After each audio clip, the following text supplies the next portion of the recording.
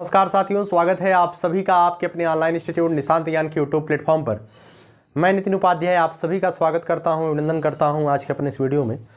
मित्रों, जैसा कि आप सभी लोग जानते हैं, हम आपके लिए लगातार सीडीपी की क्लासेस दे रहे हैं। 2 दिन में क्लास नहीं दे पाया था तो कुछ लोगों ने पूछा भैया आपकी तबीयत खराब है या कुछ ऐसी स्थिति। मित्रों, मुझे कुछ नहीं हुआ था, बस कुछ समस्याएँ, बिजी व्यस्तता थी, है ना।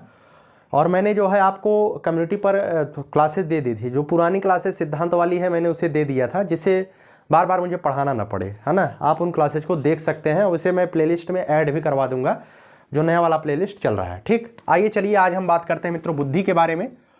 और मैं आपसे उम्मीद करूँगा कि आप सभी लोग जो है ईमानदारी से पढ़ाई लिखाई कर रहे होंगे।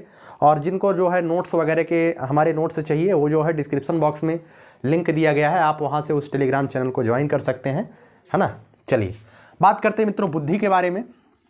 मित्रों, बुद्धि क्या होती है? बुद्धि जो है एक तरीके से आपको आपके जो है कार्य करने की जो योग्यता होती है वो बुद्धि कहलाती है। जैसे किसी के अंदर जो है कार्य करने की जो कुशलता होगी, गाड़ी चलाने वाली होगी, किसी के अंदर एरोप्लेन उड़ाने की होगी, किसी के अंदर जो है सिलाई करने की होगी, कढ़ाई करने की होगी, वो सारी योग्यताएं क्या होती है? बुद्धि होती है। ठीक है, तो विभिन्न प्रकार की जो योग्यताएं होती हैं, जो आपकी कुशलताएं होती है, कार्य कुशलताएं, वो बुद्धि कहलाती है। बुद्धि की विशेष परिभाषा यही होती है।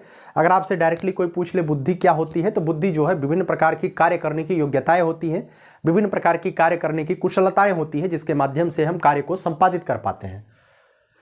बुद्धि जो है अमूर्त संप्रत्यय है, इस बात को ध्यान रखिएगा। आपसे क्वेश्चन लगातार पूछा गया है बुद्धि कैसा संप्रत्यय है? तो अमूर्त संप्रत्यय है, अर्थात बुद्धि को हम देख नहीं सकते हैं या बुद्धि को हम तौल नहीं सकते हैं। आप बता सकते हैं क्या बुद्धि क्या, उनके अंदर कितनी किलो की बुद्धि है, उनके अंदर कितनी किलो की बुद्धि है?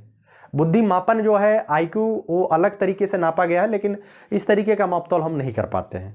कर पाते हैं? नहीं कर पाते हैं ना। आगे बात करते हैं मित्रों, ये इंपॉर्टेंट है। इंपॉर्टेंट तो सभी है। कुछ लोग बोलते हैं भैया जो चीज़ें आप दे रहे हैं उसमें से कुछ इंपॉर्टेंट है कि नहीं। देखिए, हर एक चीज़ मैं इंपॉर्टेंट देता हूं, क्योंकि मेरे पास व्हाइट बोर्ड है और उतनी ही चीज़ें मैं यहाँ पे लिखता हूं जो चीज़ें आपके लिए इंपॉर्टेंट है। तो व्हाइट बोर्ड से एक भी चीज़ आपको मिस नहीं करना है, और मैं जो बोल रहा हूँ इसमें से भी चीज़ें आपको डाउनलोड करना है। डाउनलोड मतलब कॉपी पर लिखना है। सर्वप्रथम बुद्धि का प्रयोग किसने किया था? अगर आपसे पूछा जाए कि सर्वप्रथम बुद्धि पर प्रयोग किसने किया था, फ्रांसिस गाल्टन महोदय ने किया था, 1885 में किया था। ठीक, यूपी टेट में लगातार पूछे जाते रहे ऐसे क्वेश्चन, तो आप इसे रट लीजिएगा।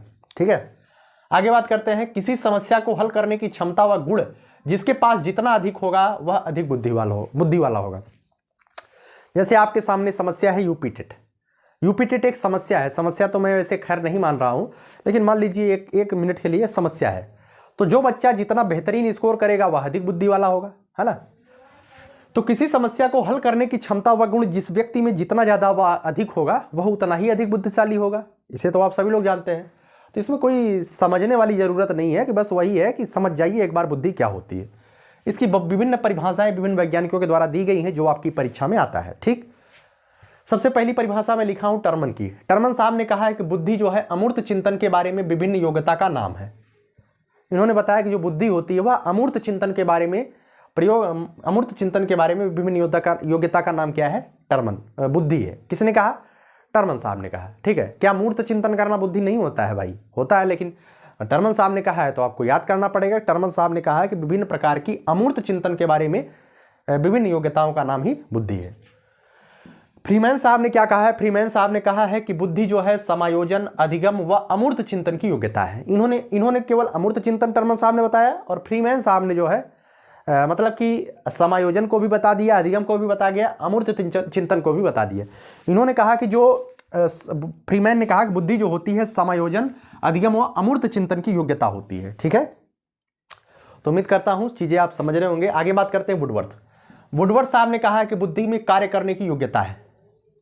क्या कहा है? बुद्धि में कार्य करने की योग्यता किसने कहा है? वुडवर्थ साहब ने। ये चीजें आप लिख लीजिएगा, 2-1 बार भाई रिवीजन करेंगे तो निश्चित तौर पे याद हो जाएगा। कुछ लोग बोलते हैं भैया ट्रिक दे दिया करिए। भाई ट्रिक की कोई आवश्यकता ही नहीं है। ईमानदारी से आप अगर 1-2 बार रिवीजन कर लेते हैं 100% आपको याद हो जाएगा। ठीक है, कुछ लोग पूछते हैं भैया नोट्स में कुछ अलग होता है कि नहीं। देखिए, नोट्स में तो कुछ ना कुछ अलग तो होगा ही। जो चीज़ें मैं यहाँ पे बोलता हूँ अगर आप उसे नोट कर लेते हैं फिर आपको नोट्स की कोई ज़रूरत नहीं। लेकिन जो चीज़ें मैं नहीं बोल रहा हूँ, जो चीज़ें आप यहाँ पे केवल जो लिख रहा हूँ वही लिख रहे हैं, तो थोड़ी सी अलग तो रहेगी। ठीक है, आगे बात करते हैं बिने साहब ने। बिने साहब ने क्या कहा है? बिने साहब ने कहा बुद्धि में 4 शब्द निहित है। कौन कौन सा? ज्ञान है, आविष्कार है, निर्देश है और आलोचना है। ठीक है, अगर बात आए कि बुद्धि में कितने तथ्य मतलब चार कितने शब्द निहित हैं, तो 4 शब्द, ज्ञान, आविष्कार, निर्देश और आलोचना। किसने कहा है? बिने साहब ने। आगे बात करते हैं वुडरो।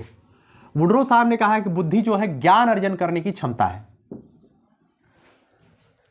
ठीक है, वुडरो साहब ने क्या कहा? बुद्धि ज्ञान अर्जन करने की क्षमता है। वुडवर्थ ने कहा बुद्धि में कार्य करने की योग्यता है। बिने ने कहा बुद्धि में 4 शब्द निहित होता है, ज्ञान, आविष्कार, निर्देश और आलोचना। फ्रीमैन ने कहा बुद्धि समायोजन, अधिगम और अमूर्त चिंतन की योग्यता है। टर्मन साहब ने कहा बुद्धि जो है केवल अमूर्त चिंतन की योग्यता है। ठीक, इतना आपने समझ लिया। अब दूसरे पॉइंट पर आते हैं मित्रों, बुद्धि के प्रकार के बारे में। अगर आपसे डायरेक्टली कोई पूछे बुद्धि कितनी प्रकार की होती है, तो आप तुरंत बताइएगा बुद्धि जो है 3 प्रकार की होती है, मूर्त बुद्धि, अमूर्त बुद्धि, सामाजिक बुद्धि। लेकिन इसमें से 2 वैज्ञानिक हुए जिनकी इंपॉर्टेंट है, एक है थॉर्नडाइक महोदय और एक है गैरेट महोदय। थॉर्नडाइक महोदय ने बताया कि बुद्धि 3 प्रकार की होती है, गैरेट महोदय ने भी यही बताया कि बुद्धि 3 प्रकार की होती है। आपसे क्वेश्चन पूछा जा सकता है कि थॉर्नडाइक महोदय के अनुसार बुद्धि कितने प्रकार की होती है, तो थॉर्नडाइक महोदय के अनुसार भी बुद्धि 3 प्रकार की होती है और गैरेट महोदय के अनुसार भी बुद्धि 3 प्रकार की होती है। थॉर्नडाइक महोदय ने बताया बुद्धि यांत्रिक बुद्धि, अमूर्त बुद्धि और सामाजिक बुद्धि। जो यांत्रिक बुद्धि है इसे ही मूर्त बुद्धि का नाम दिया जाता है, इस बात को ध्यान रख लीजिएगा। गैरेट साहब ने बताया कि मूर्त बुद्धि, अमूर्त बुद्धि, सामाजिक बुद्धि होती है। बस इन दोनों में अंतर क्या है, इन्होंने मूर्त बुद्धि को यांत्रिक बुद्धि का नाम दे दिया है, थॉर्नडाइक महोदय ने।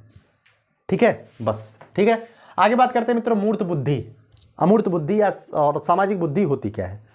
मूर्त बुद्धि को हम दिखाई देने वाली बुद्धि कहते हैं। दिखाई देने का मतलब यह है, मूर्त बुद्धि उसे कहेंगे जैसे कोई चीज आपके सामने कोई समस्या आपको दिखाई दे रही है, तब आप उसका समाधान जो है कुशलता पूर्वक कर रहे हैं, इसका मतलब आप मूर्त बुद्धि के बड़े ज्ञाता है। ठीक है, इसे जो है स्थूल बुद्धि भी बोलते हैं, इसमें जो है ज्यादा स्थूल बुद्धि बोलते हैं, आप समझिएगा। इसे यांत्रिक बुद्धि कहेंगे, थॉर्नडाइक महोदय ने बताया है। इसे व्यवहारिक बुद्धि भी कहते हैं। ठीक है, जो समस्या आपको सामने दिखाई, जैसे इंजीनियर है, इंजीनियर के सामने समस्याएं होती हैं, घर बनाना है, आपको घर कैसा बनाना है उसके सामने समस्याएं हैं, मूर्त तरीके से वो देख रहा है, तब जाकर के घर तैयार करेगा। ठीक, कारीगर है, वास्तुकार है, मूर्तिकार है, ये सभी चीजें जो होती है मूर्त बुद्धि के प्रकार में आते हैं। क्वेश्चन कभी कभी यह भी पूछा जाता है कि इंजीनियर के अंदर कौन सी बुद्धि पाई जाती है, तो एक इंजीनियर के अंदर मूर्त बुद्धि पाई जाती है। ठीक, उसके सामने समस्याएं दिखाई देती है, उसके बाद उन समस्याओं के हल करने पर प्रयास करता है। आगे बात करते हैं मित्रों अमूर्त बुद्धि के बारे में। मित्रों अमूर्त बुद्धि क्या होती है, इसे हम सूक्ष्म बुद्धि का नाम देते हैं।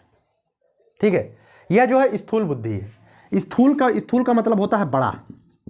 ठीक है, बड़ा का मतलब इस बुद्धि को हम छोटा आंकते हैं और अमूर्त बुद्धि को हम बड़ी बुद्धि मापते हैं, समझिएगा। इसे हम हल्के में लेते हैं। मूर्त बुद्धि को कहते हैं भाई जो मूर्त बुद्धि वाला हो हल्का, मतलब बहुत ज़्यादा ज्ञान नहीं उसके पास। जिसके पास अमूर्त बुद्धि ज़्यादा है, इसके मतलब उसे बहुत ज़्यादा ज्ञान है। क्यों? क्योंकि वह जो है बिना समस्याओं के देखे ही पहले से दूरदर्शी होता है, भविष्य देख लेता है। ठीक, सूक्ष्म बुद्धि इसे कहते हैं, चिंतन करने की जो क्षमता होती है। अगर आपसे कहा जाए कि अमूर्त बुद्धि किसे कहते हैं, तो डिटेल में एक ही उदाहरण एक ही परिभाषा आप बताइएगा। चिंतन करने की क्षमता को हम बुद्धि कहते हैं। ठीक है, चलिए आगे बात करते हैं मित्रों। जो दार्शनिक होता है, जो कलाकार होता है, जो कहानीकार होता है, ये सभी जो है अमूर्त बुद्धि के प्रकार में आते हैं। तो आप समझिएगा मित्रों, यहाँ पे लिख लीजिएगा सामाजिक बुद्धि, नीचे हेडिंग डालिएगा सामाजिक बुद्धि। समाज को डील करने की योग्यता जिसके अंदर होती है उसे हम सामाजिक बुद्धि कहते हैं, सामाजिक बुद्धि वाला कहते हैं। लिखिएगा आराम से, समाज को डील करने की योग्यता जिसके अंदर होती है उसे हम सामाजिक बुद्धि वाला कहते हैं।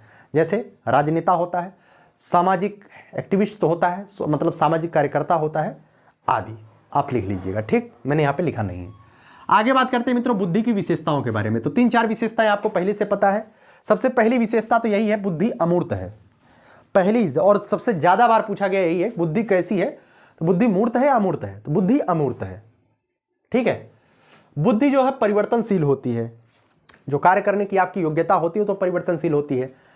आज आप जो है आपके गाड़ी चलाना आप नहीं जानते, आपके पास 4 व्हीलर नहीं जानते, लेकिन भविष्य में आप फॉर्च्यूनर लेंगे, 4 व्हीलर लेंगे तो आप चलाना सीख जाएंगे। तो आपकी जो बुद्धि है वो परिवर्तनशील है। आज आप केवल कलम चला रहे हैं, यही कलम की ताकत से कल आप एरोप्लेन भी चला सकते हैं, है ना। इसी कलम की ताकत से कल आप देश चला सकते हैं। कलम की ताकत को पहचानिए। ईमानदारी से अगर पढ़ाई कर रहे हैं तो निश्चित तौर पे आपके पास फॉर्च्यूनर भी होगा, आपके पास वो चीज़ें होंगी जिसकी आप कल्पना कर रहे हैं। ठीक है। अब कुछ लोग इसे मजा लेते हैं, भैया प्राइमरी मास्टर के ले पाएगा फॉर्च्यूनर। भाई उसे केवल मोटिवेट होइए, और ऐसा ज़रूरी नहीं है कि आप टीचर होने के बाद और कुछ कर ही नहीं सकते हैं, बहुत कुछ कर सकते हैं। बस यहाँ से ज़रूरत है अमूर्त सोच रखिए, देखिए क्या कर सकते हैं आप। बुद्धि जो है अमूर्त होती है, ठीक। बुद्धि पर सर्वाधिक वातावरण और वंशानुक्रम का प्रभाव पड़ता है। यहां पे नोट करके लिखिएगा, इसके नीचे नोट करके लिखिएगा, बुद्धि पर सर्वाधिक प्रभाव किसका पड़ता है। अगर ऐसा क्वेश्चन आता है, बुद्धि पर सर्वाधिक प्रमुख प्रभाव किसका पड़ता है, तो ऐसा क्वेश्चन अगर आता है तो नोट करके लिखिए, बुद्धि पर सर्वाधिक और प्रमुख प्रभाव वातावरण का पड़ता है, ठीक।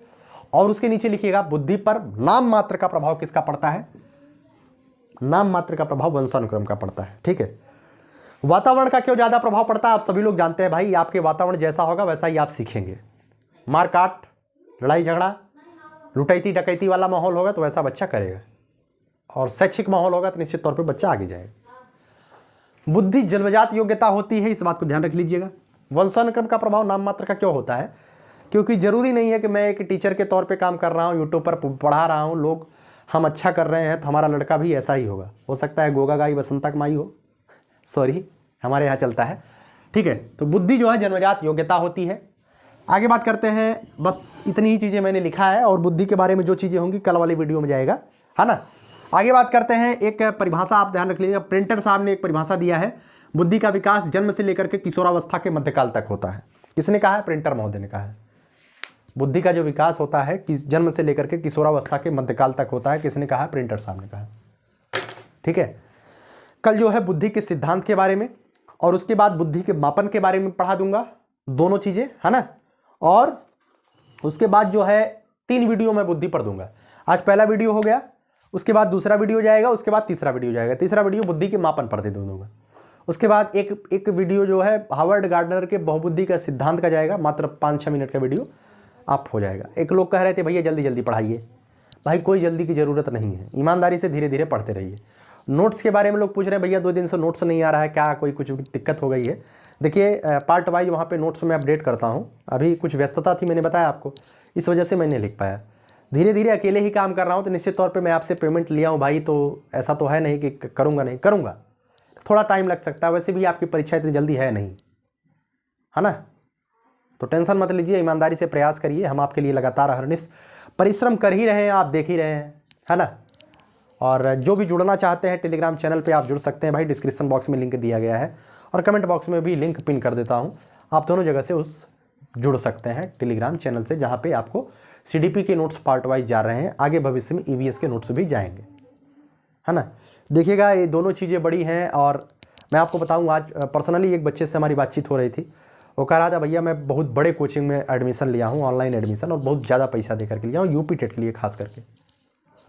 सर बता रहा था कि संधि पढ़ाने के लिए बहुत भयानक टीचर आए हैं, और भयानक टीचर जानते हैं कैसे पढ़ाते हैं संधि। भयानक टीचर संधि को जो है 15 दिन में ख़त्म कर रहे हैं, 15 दिन में। आप समझ लीजिए कि 15 दिन में संधि समाप्त करने वाले टीचर जो है आपको किस जगह पे लेके जा रहे हैं, और क्या करने के लिए प्रेरित कर रहे हैं, आप उनके लिए क्या कर रहे हैं और क्या हो रहा है। उसने कहा कि सर वैयक्तिक विभिन्नता का चैप्टर जो वहाँ के CDP के वैज्ञानिक साहब हैं, मनोवैज्ञानिक जो है CDP के, वैयक्तिक विभिन्नता का चैप्टर जो है 8 दिन में ख़त्म कर रहे हैं।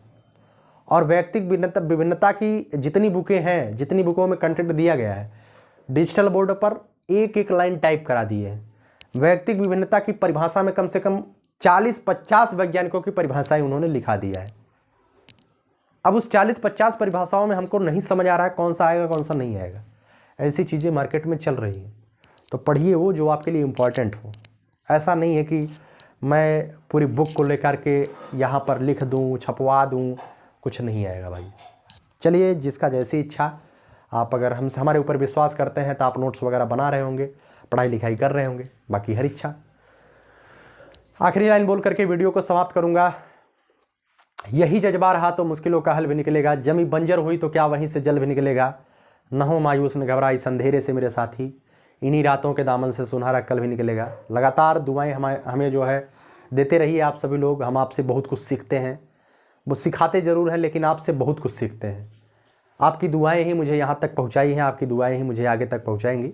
आपके आशीर्वाद और दुआओं का आकांक्षी हूँ। मोटिवेशनल लाइन अगर आप लिखते हैं तो मुझे बहुत अच्छा लगता है।